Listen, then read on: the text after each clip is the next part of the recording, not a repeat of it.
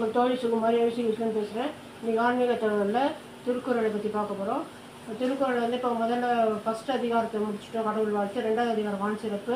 வான் சிறப்பில் வந்து 2 குறள் முடிச்சாச்சு. இப்போ 3வது குறளில் 13வது குறள் பார்க்க போகிறோம். விண் நின்று பொய்ப்பின் விரிநீர் உயனுலகத்து உள் நின்று உடற்றும் பசி நின்று பொய்ப்பின் விரிநீர் உயனுலகத்து உள் நின்று உடற்றும் பசி. பெய்ய வேண்டிய காலத்தில் மழை பெய்யாமல் பொய்த்து விடுமானால் கடல் சூழ்ந்த இந்த பரந்த உலகத்தில் பசி தொடர்ந்து உயிர்களை எல்லாம் வருத்தும்.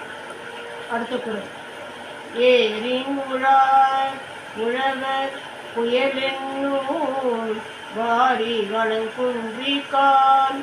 ஏரின் உழவர் புயலென்னும் வாரி வளங்குன்றிக்கால். மழை என்னும் செல்வத்தின் வளம் குறையுமானால் உழவர்கள் ஏற்கொண்டு உண முடியாது போய்விடும். மீண்டும் அடுத்த பதிவில் சந்திப்போம்.